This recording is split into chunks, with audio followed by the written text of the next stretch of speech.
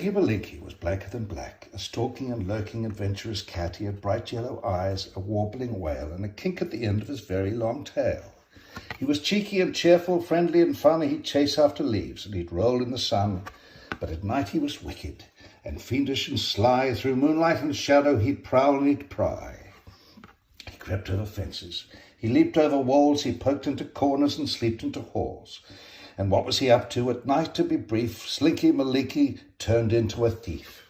All over town, from basket and bowl, he pilfered and pillaged, he snitched and he stole. Slippers and sausages, biscuits, balloons, brushes and bandages, pencils and spoons. He pulled them, he dragged them, he heaved them until he carried them home to his house on the hill.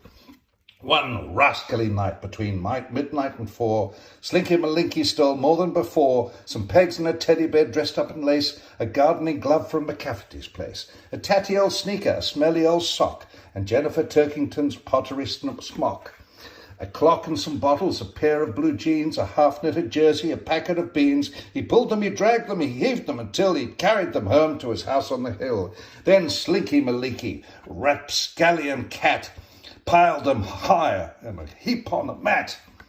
The glue toppled over and gummed up the pegs. The jersey unravelled and tangled his legs. He tripped on the bottles and slipped on the sock. He tipped over sideways and set off the clock. Crash went the bottles, beep, beep went the clock, row, row, row, row went the dogs on the block. On went the lights, bang went the door, and out came the family, 1, 2, 3, 4. Oh no, they all said, what a criminal cat. Tomorrow we'll have to take everything back. With a tangle up middle and glue on his face, Slinky Malinky was deep in disgrace. Oh, where's the end? Where's the end?